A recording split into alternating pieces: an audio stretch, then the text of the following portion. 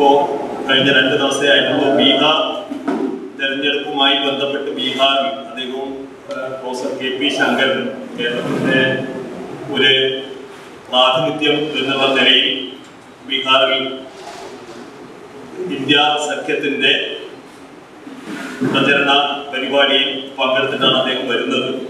സ്വാഭാവികമായിട്ടും അദ്ദേഹത്തിന് ഇന്നത്തെ ഒരു സാഹചര്യം നമുക്കൊക്കെ അറിയാവുന്നതുപോലെ ഫാസിസം വന്നോ ഇല്ലയോ എന്നൊക്കെയുള്ള ചർച്ചകൾ അവിടെ നടക്കുമ്പോൾ തന്നെ ഫാസിസം പുതിയ രീതികൾ വികസിപ്പിക്കുന്ന ഒരു കാഴ്ചയാണ് നമ്മൾ കാണുന്നത്. തെരഞ്ഞെടുപ്പുകളിലൂടെ അധികാരത്തിൽ വരുന്നു എന്നുള്ളത് ഫാസിസത്തിന് ഒരു പുതുമയുള്ള കാര്യമല്ല. പക്ഷേ ആ തെരഞ്ഞെടുപ്പുകളെ തന്നെ എത്ര സമർത്ഥമായി അട്ടിമറിക്കാൻ പറ്റും, ജനവിധിയെ തന്നെ എത്രമാത്രം അട്ടിമറിക്കാൻ പറ്റും, വോട്ടർ പട്ടികയുടെ തലം തൊട്ട് വീണ്ടും വോട്ടർ പട്ടികയുടെ ശുദ്ധീകരണം എന്ന് പറഞ്ഞ് ശരിക്കും പൗരത്വ നിയമ ഭേദഗതിയിൽ സ്വീകരിക്കുന്ന നടപടിക്രമങ്ങൾ വോട്ടർ പട്ടികയുടെ പരിഷ്കാരത്തിന് വേണ്ടി നമ്മുടെ ഇന്ത്യയുടെ തെരഞ്ഞെടുപ്പ് നിയമങ്ങളിൽ എവിടെയും അങ്ങനെ ഒരു ഇന്റൻസീവ് റിവിഷൻ എന്നുള്ളതുണ്ട്. പക്ഷെ ഇപ്പോൾ ഉള്ള സ്പെഷ്യൽ ഇൻവെസ്റ്റീവ് റിവിഷൻ എന്ന് പറയുന്ന സാധനം എവിടെയും അങ്ങനെയൊന്നും ഇല്ല.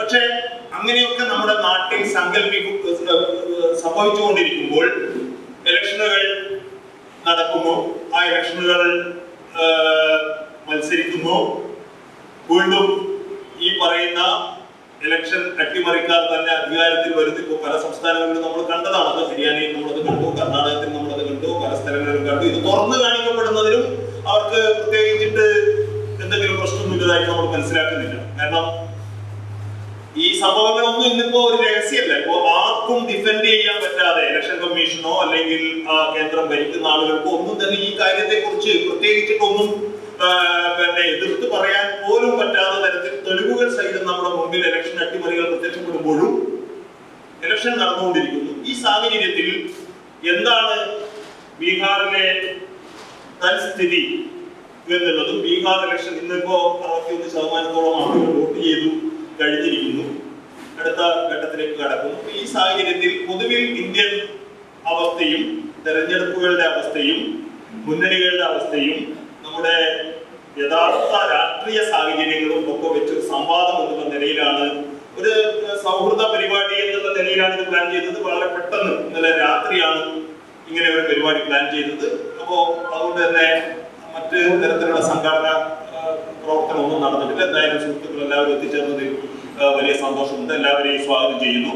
അപ്പോൾ ഈ പരിപാടിയുടെ നിയന്ത്രണത്തിന് വേണ്ടി രാമേന്ദ്രനെ ക്ഷണിക്കുന്നു. എല്ലാവർക്കും ഒരിക്കൽ കൂടി സ്വാഗതം. ഇപ്പോൾ മാധ്യമങ്ങളും സർക്കാരും ഒക്കെ കൂടി ചേർന്നുകൊണ്ട് നമ്മുടെ ഭരണഘടനയ്ക്ക് തുരങ്കം വെക്കുന്നു. ഇലക്ഷൻ തുടങ്ങിയിട്ടുള്ള വളരെ നിഷ്പക്ഷമായി നടക്കുന്നതെന്ന് നമ്മൾ കരുതിയിരുന്ന ആ ഒരു അടിസ്ഥാനപരമായ പ്രക്രിയ പോലും അടിച്ചമർത്തപ്പെടുന്നു, അത് തുരങ്കം വെക്കുന്നു. ഇപ്പോൾ ബീഹാറിലെ ഇലക്ഷൻ എന്ന് പറയുന്ന ഒരു ലിറ്റ്മസ് ടെസ്റ്റാണ്. ഈ മാതിരിയുള്ള ഉപദ്രവങ്ങളൊക്കെ ഭരണഘടനക്കെതിരെ നടക്കുമ്പോൾ എങ്ങനെയാണ് സാമാന്യ ജനം അതിനെതിരെ പ്രതികരിക്കുന്നത് എന്നറിയാനുള്ള ഒരു സാധ്യത ഈ ഇലക്ഷനിലൂടെയുണ്ട്. അട്ടിമറി മഹാരാഷ്ട്രയിൽ നടന്നതുപോലെ, ഹരിയാനയിൽ നടന്നതുപോലെ, മറ്റ് കർണാടകയിലെ പല മണ്ഡലങ്ങളിലും ഒക്കെ നടന്നതുപോലെ ഇനിയും നടക്കും. ഇനി ഇവർ വളരെയധികം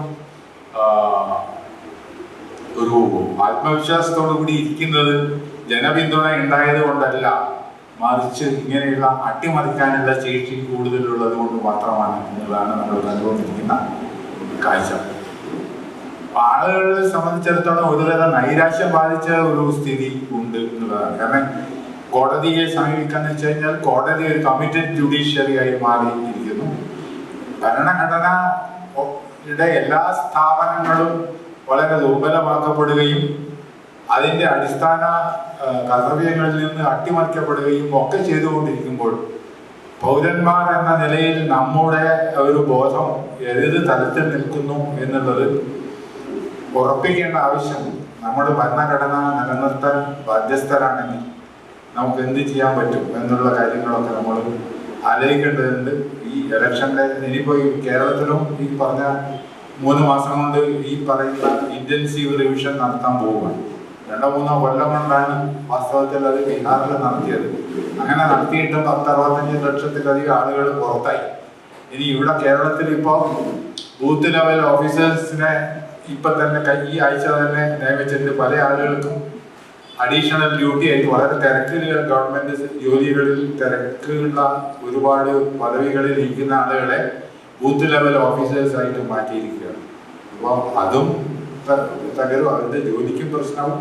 അതേസമയത്ത് ബൂത്ത് ലെവൽ ഓഫീസേഴ്സ് എന്നുള്ള നിലയിൽ ഈ തരത്തിൽ ഇന്റൻസീവ് റിവിഷന് വേണ്ടി ഇടപെടുക എന്നുള്ളത് വളരെ വളരെ ശ്രമകരമായ വളരെ സങ്കീർണമായ ഒരു പ്രക്രിയയാണ്. അതുകൊണ്ട് വോട്ടേഴ്സ് ലിസ്റ്റ് അട്ടിമറിക്കപ്പെടുന്നത് തടയുവാൻ പൗരന്മാർ എന്നുള്ള നിലയിൽ നമുക്ക് ചെയ്യാവുന്നത് നമുക്ക് ചെയ്യേണ്ടതുണ്ട് എന്നുള്ള ഒരു ഓർമ്മപ്പെടുത്തൽ കൂടി ഇതോടൊപ്പം നടന്നു. ശ്രീ മാധവൻകുട്ടിയെ ആമുഖ ഭാഷണത്തിന് ക്ഷണിക്കും. അപ്പം ഞാൻ കുറിപ്പുകളുടെയോ കണക്കുകളുടെയോ പിന്തുണയില്ലാതെ എൻ്റെ അനുഭവത്തിൻ്റെയും എൻ്റെ ഹൃദയത്തിൻ്റെയും എൻ്റെ മനസ്സിൽ ബാക്കി നിന്ന ഒരാഴ്ചയ്ക്ക് ശേഷം ബാക്കി നിന്നത് നിങ്ങളുമായി പങ്കുവയ്ക്കുകയും 2 കാര്യങ്ങൾ ആമുഖമായിട്ട് കാവിയേറ്റായിട്ട് പറയേണ്ടതുണ്ട്. കാരണം ഏത് കാര്യത്തെയും സമീപിക്കുമ്പോൾ ഏത് നിലപാടിൽ നിന്ന് സമീപിക്കുന്നു എന്നത് പരമപ്രധാനമാണ്. അതിനെപ്പറ്റി വ്യാമോഹങ്ങൾ ഉണ്ടാവരുത്, തെറ്റിദ്ധരിക്കരുത്. ഞാൻ ഇന്നതാണെന്നോ നിലപാടാണെന്നോ. ഞാൻ പൊതുവെ ഇടതുപക്ഷത്തോടൊപ്പം നിൽക്കാൻ ആഗ്രഹിക്കുന്ന, എന്നാൽ ഇടതുപക്ഷത്തെക്കുറിച്ചും സംശയാലുവായ ഒരു ജനാധിപത്യവാദിയാണ്. അതാണ് എൻ്റെ രാഷ്ട്രീയ നിലപാട്. നീണ്ട കാലത്തെ മാധ്യമ പ്രവർത്തനത്തിന് ശേഷം ഒരു പ്രത്യേക സാഹചര്യത്തിൽ VS അച്യുതാനന്ദൻ്റെ വ്യക്തിപ്രഭാവത്തിന് പുറകിലുണ്ടായിരുന്ന ജനകീയ പിന്തുണയിൽ അസ്വസ്ഥനായി. അതിൻ്റെ പുറകിലുണ്ടായിരുന്ന ആ ബിംബസൃഷ്ടിയുടെ പുറകിലുണ്ടായിരുന്ന രാഷ്ട്രീയത്തെ മനസ്സിലാക്കാനുള്ള സൗകര്യം ലഭിച്ചതുകൊണ്ട് അത് ജനാധിപത്യ രാഷ്ട്രീയത്തിന് വിരുദ്ധമാണ്, ആ ഭക്തി രാഷ്ട്രീയം എന്ന് ഉറപ്പിൽ, എൻ്റെ മനസാക്ഷിയുടെ ഉറപ്പിൽ അതിനുവേണ്ടി പറയുകയും അത്തരത്തിൽ CPM-ന്റെ ഒരു സഹയാത്രികനാവുകയും ചെയ്തതാണ്. CPM പ്രതിപക്ഷത്തായിരുന്ന കാലത്ത് മാത്രം തിരിച്ചറിയേണ്ട ഒരു കാര്യം. പ്രതിപക്ഷത്തായിരിക്കുമ്പോഴായിരുന്നു ആ സമരം. എനിക്ക് എൻ്റെ മനസാക്ഷിയുടെ അടിസ്ഥാനത്തിൽ, എനിക്ക് എൻ്റെ ദുർബലമായ മാർക്സിസത്തെ കുറിച്ചുള്ള അറിവിൻ്റെ അടിസ്ഥാനത്തിൽ, എൻ്റെ കമ്മ്യൂണിസ്റ്റ് പാർട്ടികളെ പറ്റിയുള്ള പ്രതീക്ഷയുടെ അടിസ്ഥാനത്തിൽ ഞാൻ ഒരു നിലപാടെടുത്തത് കൊണ്ട് പാർട്ടികളുമായി ബന്ധമില്ലാതിരുന്ന ഞാൻ ഒരു പ്രത്യേക കാലഘട്ടത്തിൽ ആ വിഭാഗീയതയുടെ CPM വിഭാഗീയതയുടെ ഒരു പക്ഷം പിടിക്കുന്ന ആളായി കേരളത്തിൽ വരികയും അങ്ങനെ വിലയിരുത്തപ്പെടുകയും അങ്ങനെ തെറ്റിദ്ധരിക്കപ്പെടുകയും ചെയ്തൊരു വ്യക്തിയാണ്. അതുകൊണ്ട് തന്നെ ഇവിടുത്തെ വ്യക്തിപ്രഭാവത്തെയും തിരിച്ചറിയാനുള്ള ഒരു താക്കോൽ എൻ്റെ കയ്യിൽ അത് അവശേഷിപ്പിച്ചു. ആരെ ഭക്തി രാഷ്ട്രീയം എവിടെ കണ്ടാലും അത് തിരിച്ചറിയാനും അതിനെ എതിർക്കാനുമുള്ള ഒരു ഇച്ഛാശക്തി ആ രാഷ്ട്രീയം എന്നെ പഠിപ്പിച്ചു. ഇതാണ് എൻ്റെ ഒരു പൊതുബാക്ക്ഗ്രൗണ്ട്. ഞാൻ വളരെ പരമ്പരാഗതമായ അർത്ഥത്തിൽ ഫാസിസ്റ്റ് വിരുദ്ധ രാഷ്ട്രീയം, അല്ലാതെ ഇതിനകത്ത് ഒരു മാധ്യമ പ്രവർത്തകരുണ്ടാവുന്ന സംശയങ്ങളോ അല്ലെങ്കിൽ വസ്തുനിഷ്ഠ പരിശോധനയുടെ ഫലമായി ഈ സർക്കാരിനെയും ഇന്നത്തെ വ്യവസ്ഥയെയും എങ്ങനെ കാണണമെന്നതിനെ പറ്റി യാതൊരു സംശയവുമില്ലാതെ എൻ്റെ വായനയുടെയും അറിവിൻ്റെയും പ്രവർത്തനത്തിൻ്റെയും ഫലമായി ഇന്ത്യ ഇന്ന് RSS നിയന്ത്രിക്കുന്ന ഒരു ഇന്ത്യൻ ഭരണഘടന എന്നുള്ള വാക്കിനേക്കാൾ അപ്പുറം തന്നെ നമ്മൾ പരമ്പരാഗതമായ മാർക്സിയൻ അർത്ഥത്തിൽ ഭരണകൂടത്തിൽ തന്നെ RSS നിയന്ത്രിക്കുന്ന ഒരു വ്യവസ്ഥയിലാണ് നാം ഇന്ന് നിൽക്കുന്നത് എന്ന് വിശ്വസിക്കുന്നു. കാരണം RSS-നെ കുറിച്ചും വിശ്വഹിന്ദു പരിഷത്തിനെ കുറിച്ചും മാധ്യമ പ്രവർത്തകൻ എന്നുള്ള നിലയ്ക്ക് അതിൻ്റെ അടുക്കളയിൽ കയറി മനസ്സിലാക്കാനുള്ള ഒരു സാഹചര്യം എനിക്ക് 83 മുതലുള്ളത് കൊണ്ട് RSS-ന്റെ ദീർഘകാല പദ്ധതിയെ കുറിച്ചുള്ള വായനയിൽ കൂടിയുള്ള എൻ്റെ അറിവ് ശരിയാണെന്ന് ചരിത്രം ദിനം പ്രതി എനിക്ക് മനസ്സിലാക്കി തന്നതുകൊണ്ടും ഞാൻ കൃത്യമായി ഒരു നിലപാടിൽ എത്തിയിരിക്കുകയാണ്. ഇന്ത്യൻ ഭരണകൂടം RSS-ന്റെ നിയന്ത്രണത്തിലാണ്. നമ്മുടെ പൊതു സംസ്ഥാനങ്ങളിൽ അത് സ്വയം മാർക്സിസ്റ്റ് എന്ന് പറയുന്ന പല വിഭാഗങ്ങളുള്ള ആളുകൾ പോലും ഞാൻ ഇങ്ങനെ പറഞ്ഞ് കേട്ടിട്ടില്ല. പക്ഷെ എനിക്ക് വ്യക്തമായിട്ടുള്ള ധാരണ RSS എന്ന് പറയുന്ന സൈനികവൽകൃത നിഗൂഢമായ യാതൊരു ജനങ്ങളോട് ഒരു കണക്കിനും ഉത്തരവാദിത്വമില്ലാത്ത കോൺഗ്രസിനോടും കമ്മ്യൂണിസ്റ്റ് പ്രസ്ഥാനത്തിൻ്റെയും പഴക്കമുള്ള പഴുത്തു മൂത്ത ഫാസിസ്റ്റ് പ്രസ്ഥാനം ഇന്ന് ഇന്ത്യൻ ഭരണകൂടത്തിൻ്റെ നിയന്ത്രിക്കുന്നു എന്നുള്ള യാഥാർത്ഥ്യം. ബാക്കി മോഡി, ഷാ, ദൈനംദിന വർത്തമാനങ്ങളിലുള്ള മറ്റു കാര്യങ്ങളെയൊക്കെ എൻ്റെ ഒരു വിലയിരുത്തൽ അതിൻ്റെ വെളിച്ചത്തിൽ മാത്രമേ എനിക്ക് കാണാൻ കഴിയൂ. അതുകൊണ്ടാണ് ഞാൻ എൻ്റെ ഒരു അതിനോടുള്ളൊരു ചെറുത്തുനിൽപ്പിൻ്റെ ഭാഗമായാണ് ഞാൻ പ്രൊഫസർ KP ശങ്കരനും ഇത്തവണ കേരളത്തിൽ പതിവില്ലാത്ത അവിടെ ബീഹാറിൽ നടക്കുന്ന തെരഞ്ഞെടുപ്പ് ഒരു ജീവൻ മരണ പോരാട്ടമാണെന്നുള്ള മനസാക്ഷിയുടെ വെളികൊണ്ട് എന്നെപ്പോലെ തന്നെ വയസ്സായ ഒരു ഗാന്ധിയൻ സോഷ്യലിസ്റ്റ് എൻ്റെ കൂട്ടുകാരനുമായ പ്രൊഫസർ KP ശങ്കരനും ഞാനും കൂടി ഒരു സ്വകാര്യ തീരുമാനം എടുക്കുന്നത് കേരളത്തിലെ മലയാളിക്ക് മനസ്സിലാവുന്ന എന്തെങ്കിലും പ്രകടനം സാധ്യമാണെങ്കിൽ ഞങ്ങളുടെ ചിലവിൽ ഞങ്ങളുടെ മാത്രം ചിലവിൽ ബീഹാർ തെരഞ്ഞെടുപ്പിൽ മഹാഗഠബന്ധൻ ഇന്ത്യ ബ്ലോക്കിന് വേണ്ടി പരസ്യമായി മലയാളികൾ എന്നുള്ള നിലയ്ക്ക് പ്രവർത്തനം നടത്തുക എന്ന ഏക ഗാന്ധിയൻ പ്രതിരോധത്തിന്റെ ഭാഗമായാണ് ഞാൻ KP ശങ്കരനോട് ഞാൻ ആദ്യം ആലോചിച്ചു പറയുന്നതിൽ തെറ്റിദ്ധരിക്കരുത്, കാരണം ഇത്രയും സൗഹൃദമുള്ള സദസ്സിൽ മാത്രമേ എനിക്ക് പറയാൻ കഴിയൂ. ആദ്യം നമ്മൾ ആലോചിച്ചു വലിയ വലിയ ആളുകളെയും കൂട്ടിപ്പോയാലോ, നടിമാരെയും നടന്മാരെയും ഗാന്ധിയന്മാരെയും അന്വേഷിച്ചു പോയല്ലോ. കുറെ കഴിഞ്ഞപ്പോൾ എനിക്ക് തന്നെ മനസ്സിലായി ഞാൻ വിളിച്ച് പ്രചോദിപ്പിച്ച് ഒരു ഒരു ഒരു പൊതു പ്രവർത്തനത്തിലേക്ക് കൊണ്ടുവരുന്നതിൻ്റെ ചട്ടിപ്പ് കൊണ്ട് ഞാൻ നിർത്തി. എൻ്റെ കൂടെ KP ശങ്കരനുണ്ട്, ഞാനുമുണ്ട്. രണ്ടുപേരുടെ തീരുമാനം ഞങ്ങളുടെ കുടുംബം ആചരണം വഹിക്കുന്നതിൽ വിഷമമില്ല എന്ന് പറഞ്ഞതുകൊണ്ട് അതും വളരെ പ്രധാനമാണ്. ഫാസിസ്റ്റ് വിരുദ്ധ രാഷ്ട്രീയത്തിൽ ഇറങ്ങുമ്പോൾ നമ്മളുടെ കുടുംബത്തിൻ്റെ പിന്തുണ ഉണ്ടാവുക എന്നുള്ളത് പരമപ്രധാനമാണെന്ന് എൻ്റെ ജീവിതത്തിൽ ഞാൻ മനസ്സിലാക്കിയിട്ടുണ്ട്. അപ്പോൾ എൻ്റെ മകനും എൻ്റെ ഭാര്യയും പറഞ്ഞ സാധനമില്ല 19,000 രൂപയിൽ ചിലവുണ്ട്. ഒരു പാർട്ടിയുടെയും ആതിഥ്യം സ്വീകരിക്കാതെ സ്വന്തം ചെലവിൽ പോയി ഒരാഴ്ചയോളം ബീഹാറിലെ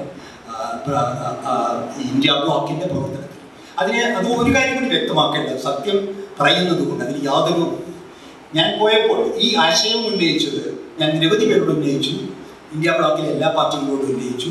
പക്ഷേ അതിനെ സ്വാഗതം ചെയ്തത് ദിബങ്കർ ഭട്ടാചാര്യ ജനറൽ സെക്രട്ടറി ആയിട്ടുള്ള CPI-ML ലിബറേഷൻ എന്ന എനിക്ക് ഇടതുപക്ഷ രാഷ്ട്രീയത്തിൽ കൂടുതൽ ആഴ്ന്നിറങ്ങുമ്പോൾ കൂടുതൽ യോജിപ്പിന്റെ മേഖലകൾ കണ്ടെത്തുന്ന ഒരു പാർട്ടി എന്നുള്ളതായിരിക്കും. എല്ലാവരും എൻ്റെ സുഹൃത്തുക്കളാണ്, പലതരത്തിലുള്ള നക്സലൈറ്റ് ഗ്രൂപ്പുകൾ, CPM, CPI, അങ്ങനെ നിരവധി സൗഹൃദങ്ങളും രാഷ്ട്രീയ ബന്ധങ്ങളും ഉണ്ടായിട്ട് ഇന്നത്തെ മൂർത്ത സാഹചര്യത്തിൽ ഇന്ന് ഒരു ഫാസിസ്റ്റ് വിരുദ്ധ രാഷ്ട്രീയത്തിന് സാധ്യമായ അടവെന്നുള്ള തെരഞ്ഞെടുപ്പ് അടവ് പ്രയോഗത്തിൽ കൊണ്ടുവരുന്ന CPI-ML ലിബറേഷന്റെ അവർ ദിബങ്കർ ഭട്ടാചാര്യയെ ഞാൻ വേറൊരു യോഗത്തിന് തിരുവനന്തപുരത്ത് വിളിച്ചിരുന്നു. അതായത് നരേന്ദ്രൻ എന്ന് പറയുന്ന ഒരു ഇടതുപക്ഷ മാധ്യമ പ്രവർത്തകൻ, എൻ്റെയും ദേശാഭിമാനിയുടെയും ഇന്ത്യൻ എക്സ്പ്രസിൻ്റെയും ദേശാഭിമാനിയുടെയും പ്രവർത്തകനായിരുന്നു. വളരെ പ്രിയപ്പെട്ട ഒരു ഇടതുപക്ഷ മാധ്യമ പ്രവർത്തകന്റെ വാർഷിക ചരമാഘോഷത്തിൽ ഞങ്ങൾ ഒരു പ്രഭാഷണം എല്ലാ കൊല്ലം 25 വർഷമായി നടത്തുന്നു. മാറി ഇടതുപക്ഷ രാഷ്ട്രീയത്തിൻ്റെ ജനാധിപത്യ ഇടതുപക്ഷ രാഷ്ട്രീയത്തിൻ്റെ പ്രതിനിധികൾ വിളിച്ചുകൊണ്ടിരുന്നു. ഇത്തവണ അത് സഖാവ് ദിബങ്കറിനെ വിളിക്കാമെന്ന് പറഞ്ഞു. അങ്ങനെ അവിടെ വെച്ച് ഈ ആശയം പറഞ്ഞതോടുകൂടി അതിൽ എന്താ പറയുക, ആ പാൻ ഇന്ത്യൻ എന്ന് എനിക്കറിഞ്ഞുണ്ടെങ്കിൽ പറയേണ്ടത് ബീഹാർ തിരഞ്ഞെടുപ്പ് ബീഹാറിൻ്റെ മാത്രം പ്രശ്നമല്ല, മലയാളിയുടെയും പ്രശ്നമാണെന്നുള്ള ആ തിരിച്ചറിവ് മനസ്സിലാക്കിയത് കൊണ്ട് നിങ്ങൾ വരും. നിങ്ങൾ അവിടെ ചെന്ന് വെറും പ്രകടനാത്മകമായിട്ടുള്ള കാര്യങ്ങൾ വേണ്ട, നിങ്ങൾക്ക് ഇന്ത്യ ബ്ലോക്കിൻ്റെ തിരഞ്ഞെടുപ്പിൽ നിങ്ങൾക്ക് സഖാക്കളാവാം എന്ന വാഗ്ദാനം. അതിൻ്റെ അടിസ്ഥാനത്തിലാണ് ഞങ്ങൾ 27-ാം തീയതി ബീഹാറിൽ പോവുകയും അതിനുശേഷം ഈ 2-ാം തീയതി 1-ാം ഫേസ് തെരഞ്ഞെടുപ്പ് പ്രചരണം കഴിഞ്ഞതോടുകൂടി തിരിച്ചു വരികയും ചെയ്യും. അതിന് പശ്ചാത്തലം എന്നെക്കുറിച്ച് തെറ്റിദ്ധാരണകളോ അല്ലെങ്കിൽ എന്നെ ഏതെങ്കിലും വാർപ്പ് മാതൃകയിൽ പ്രതിഷ്ഠിച്ച് എൻ്റെ രാഷ്ട്രീയത്തെ നിങ്ങൾ കീറി മുറിക്കരുത്. കാരണം അതിന് ഇത്ര ഞാൻ പറയുന്നതിൻ്റെ വസ്തുതകളുണ്ട്, ഇത്രയും അടിസ്ഥാനമുണ്ടെങ്കിൽ അത് മാത്രം കാണും. കാരണം നിങ്ങൾ പല രാഷ്ട്രീയത്തിലുള്ളതാണ്, പല സംഘടനകളിലുള്ളവരാണ്. പക്ഷെ ഞാൻ അങ്ങനെയല്ല. ഞാൻ പറഞ്ഞാൽ ഇപ്പോഴും ഒരു അഗനൈസ്ഡ് ലെഫ്റ്റിസ്റ്റ് ആണ് എൻ്റെ അനുഭവങ്ങൾ. അപ്പോൾ ഇത് എത്ര ഒരു മനുഷ്യന് തുറന്ന് ഒരു ആന്റി ഫാസിസ്റ്റ്, ഏറ്റവും വിശാലമായ ആന്റി ഫാസിസ്റ്റ് നിലപാട് എടുക്കാമോ അത് എടുത്തുകൊണ്ടിരിക്കുന്നു എന്ന് ഞാൻ വിശ്വസിക്കുന്നു. തെറ്റായേക്കാം. അതിൻ്റെ ഫലമായിട്ടായിരുന്നു ഈ ബീഹാർ അതിസാഹസം. അപ്പോൾ അതിന് ഞാൻ ഇനി പെട്ടെന്ന് തന്നെ പറയാം. ഞാൻ ബീഹാറിൽ ആദ്യമായിട്ടല്ല പോകുന്നത്. ഞാനൊരു തെരഞ്ഞെടുപ്പ് അവിടെ കവർ ചെയ്തിട്ടുണ്ട്. അതിനുശേഷം അവിടുത്തെ ബുദ്ധിസ്റ്റ് ചരിത്ര സ്ഥാപനങ്ങൾ സന്ദർശിക്കാനായിട്ട് ഞാനും എൻ്റെ ഭാര്യയുമായിട്ട് ബീഹാറിൽ യാത്ര ചെയ്തിട്ടുണ്ട്. അപ്പൊ എനിക്ക് ബീഹാർ പുതിയതല്ല, നിങ്ങൾക്കും പുതിയതല്ല. നിങ്ങളും എനിക്കോ പുതുതായൊന്നും പറയാനില്ലാത്തത് കൊണ്ടാണ് ഞാൻ പറയുന്നത്. ഇവിടെ ഇരിക്കുന്ന ഓരോരുത്തർക്കും ബീഹാറിനെ കുറിച്ചുള്ള എന്ത് സങ്കല്പമാണോ അത് അക്ഷരം പ്രതിശരിയാണ് സഖാക്കൾ.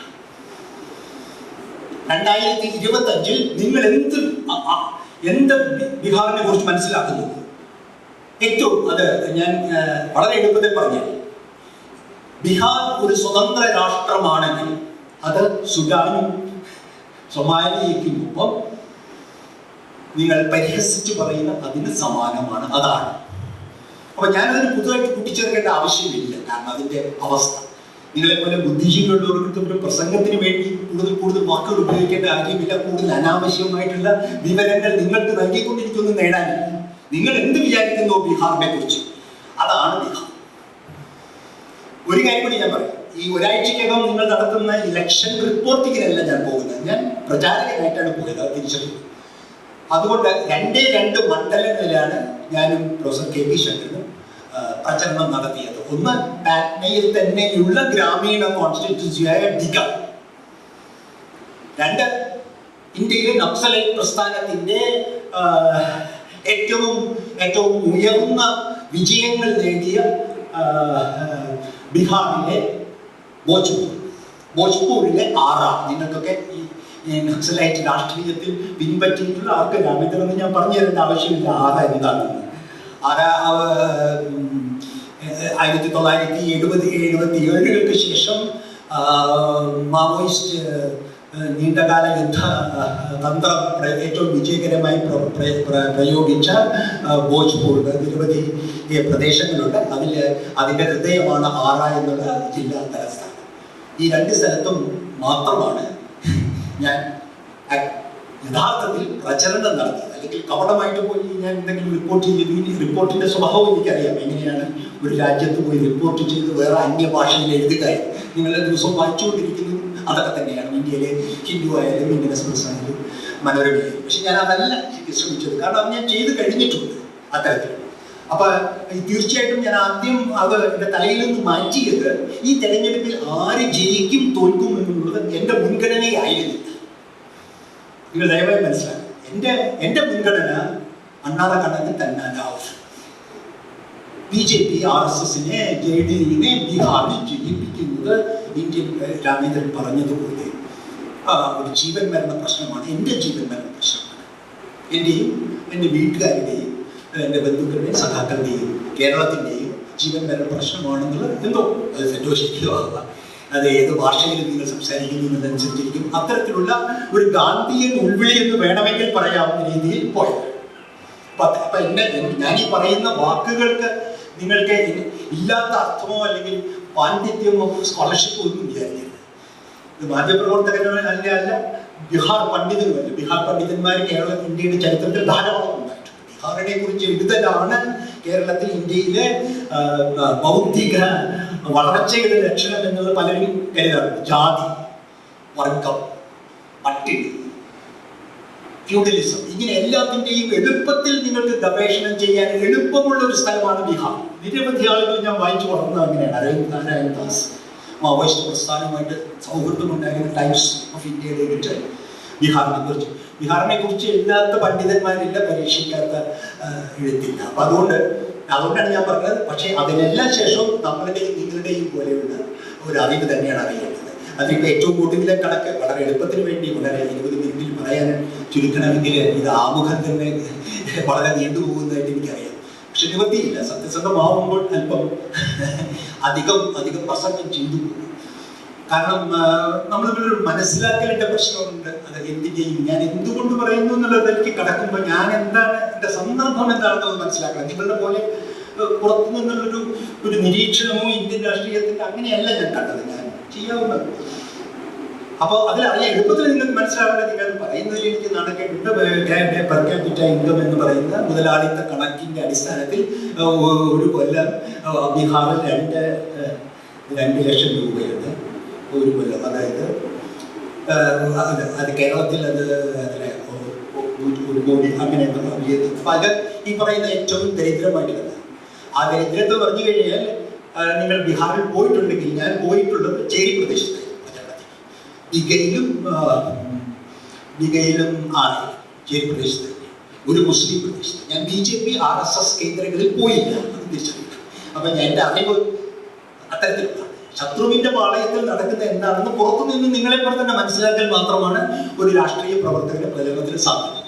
അപ്പൊ അതിനെക്കുറിച്ച് അതിൻ്റെ ഔദ്യോഗികമായിട്ട് ഒരു അംഗീകൃതമായിട്ടുള്ള ഞാൻ പറയുന്ന എന്തെങ്കിലും സാധുതയുണ്ടെന്ന് ഞാൻ സ്വയം കബളിപ്പിക്കുന്നില്ല, നിങ്ങളെയും കബളിപ്പിക്കുന്നില്ല. കാരണം എനിക്ക് അറിഞ്ഞുകൂടാ BJP RSS കേന്ദ്രങ്ങളിൽ അടുക്കളയിൽ എന്താണ് ബീഹാറിൽ പാചകം ചെയ്തുകൊണ്ടിരിക്കുന്നതെന്ന് എനിക്കറിയില്ല. പക്ഷെ എനിക്ക് ഊഹിക്കാൻ കഴിയുന്നു, വളരെ എളുപ്പത്തിൽ അതിലേക്ക് വരാം. ബീഹാറിലെ ഇലക്ഷൻ ഒരു കാപ്പട്ടമായിട്ടുള്ള ഇലക്ഷൻ. അതിന് ഇനി ഹൈഡ്രജൻ ബോംബ്, ഇന്നലത്തെ ഹൈഡ്രജൻ ബോംബിന്റെ ആവശ്യമില്ല, മഹാരാഷ്ട്രയുടെ കണക്കുകൾ ആവശ്യമില്ല. നിങ്ങൾ അവിടെ ചെന്നിറങ്ങിയാൽ നിങ്ങൾക്ക് മനസ്സിലാകും അവിടുത്തെ സകല അവിടുത്തെ ഇലക്ഷൻ മെഷീനറി മുഴുവൻ RSSനും JDUവിനും വേണ്ടി മാറ്റി കഴിഞ്ഞു. അതെനിക്ക് അറിഞ്ഞുകൂടാ, ഞാൻ മലയാളം പത്രങ്ങൾ വായിക്കാൻ എനിക്ക് സൗകര്യം ഉണ്ടായില്ല കേരളത്തിൽ പുറത്തായതുകൊണ്ട്. പക്ഷെ എനിക്ക് അറിഞ്ഞുകൂടാ നിങ്ങൾക്ക് ആ വിവരം തന്നിട്ടുണ്ടോ എന്ന്. എല്ലാ പൊളിറ്റിക്കൽ ഒബ്സർവേഴ്സും RSSന്റെ ഹാൻഡ് പിക്ഡ് ആണ്. അതിൽ അധികവും ഗുജറാത്തിൽ നിന്നും UP യിലും മറ്റു ഉദ്യോഗസ്ഥന്മാരാണ്. പ്രിസൈഡിംഗ് ഓഫീസർമാർ ഭൂരിഭാഗവും RSS ഹാൻഡ് പിക്ഡ് ആയിട്ടുള്ള തിരഞ്ഞെടുക്കപ്പെട്ട ആളുകളാണ്. ഒരു കാര്യം ഞാൻ പെട്ടെന്ന് പറയാം, നിങ്ങൾക്ക് എൻ്റെ ലിവിങ് മോമെന്റ് എന്താണ് ബീഹാറിൽ. മാനിഫെസ്റ്റോ, നമ്മുടെ മഹാഗഠബന്ധന്റെ മാനിഫെസ്റ്റോ യോഗത്തിൽ ഞാൻ പോയിരുന്നു. മൗര്യ ഹോട്ടലിലാണ് മഹാഗഠബന്ധന്റെ പഞ്ചനക്ഷത്ര ഹോട്ടലിലാണ് ലാലു പ്രസാദിന്റെ മകൻ തേജസ്വി യാദവ് പ്രകടന പത്രിക പുറത്തിട്ട്. അതിനുശേഷം തേജസ്വി നടത്തിയ ഒരു പ്രസംഗം എന്നെ അത്ഭുതപ്പെടുത്തുകയും എന്നെ ആഹ്ലാദിപ്പിക്കുകയും ചെയ്തു. അത് അദ്ദേഹം പറഞ്ഞൊരു കാര്യം, ബീഹാറിൽ ഇലക്ഷൻ പ്രവർത്തനത്തിന് ഏർപ്പെട്ടിരിക്കുന്ന ഉദ്യോഗസ്ഥന്മാർക്ക് ഒരു മുന്നറിയിപ്പ്. നിങ്ങൾ എന്താണ് ചെയ്യാൻ പോകുന്നതെന്ന് ഞങ്ങൾക്കിപ്പോഴേ അറിയാം. നിങ്ങൾ ഞങ്ങളുടെ വോട്ടുകൾ തടസ്സപ്പെടുത്തുകയും സാവധാനത്തിലാക്കുകയും ചെയ്യും. അത് തുടക്കത്തിലായിരിക്കും. 4 മണിയോടുകൂടി കള്ളവോട്ടുകളും RSS BJPയുടെ വോട്ടുകളും കൂട്ടത്തോടുകൂടി പോൾ ചെയ്യിപ്പിക്കുന്നതിന് അവസാനത്തെ മണിക്കൂറുകൾ നിങ്ങൾ RSSനെയും BJPയും സഹായിക്കും. ഒരു കാര്യം മാത്രം പറയുക, തേജസ്വി പറഞ്ഞത് ഒരു കാര്യം മാത്രം നിങ്ങളോട് പറയുന്നു. ഞങ്ങൾ ജയിച്ചാലും തോറ്റാലും നിങ്ങൾ വെറുതെ വിടുകയില്ല.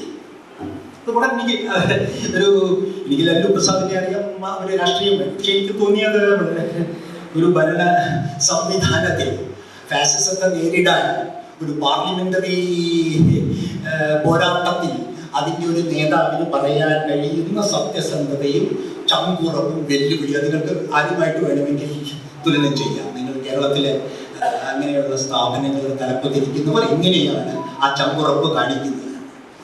അത് അങ്ങനെ നിങ്ങൾക്ക് ഈ ആദ്യം പറഞ്ഞതിൻ്റെ സകല തിരഞ്ഞെടുപ്പിന്റെ മുഴുവൻ നിയന്ത്രണവും കേന്ദ്ര ഏജൻസികൾക്കും കേന്ദ്ര സേനയ്ക്കും, ബീഹാർ സേനയ്ക്ക് പോലുമല്ല.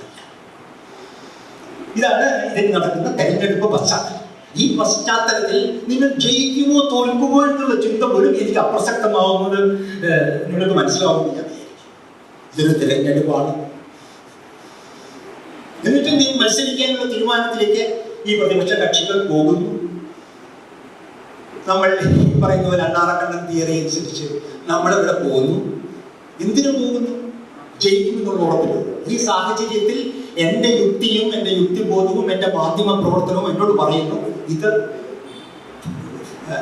ഡിഫീറ്റ് ഫോർടോൾഡ്, ഇംഗ്ലീഷ് പറയുന്ന മാർക്കസിന്റെ ഒക്കെ പറയുന്ന പോലെ ഒരു മുൻകൂട്ടി കണ്ടറിഞ്ഞ ഒരു പരാജയം. ആ പരാജയം അല്ലെങ്കിൽ ഒമ്പിച്ച പരാജയം.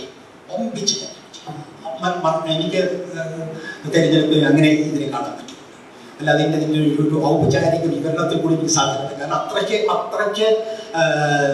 BJP RSS JDU വിരുദ്ധ പക്ഷത്തിന് എതിരായിട്ട് രാഷ്ട്രീയമായ അന്തരീക്ഷമാണ് ബീഹാറിൽ എനിക്ക് മനസ്സിലാക്കുന്നത്. ഒരു കാര്യം കൂടി ഞാൻ പെട്ടെന്ന് പറഞ്ഞാൽ നിങ്ങൾക്ക് മനസ്സിലാവും.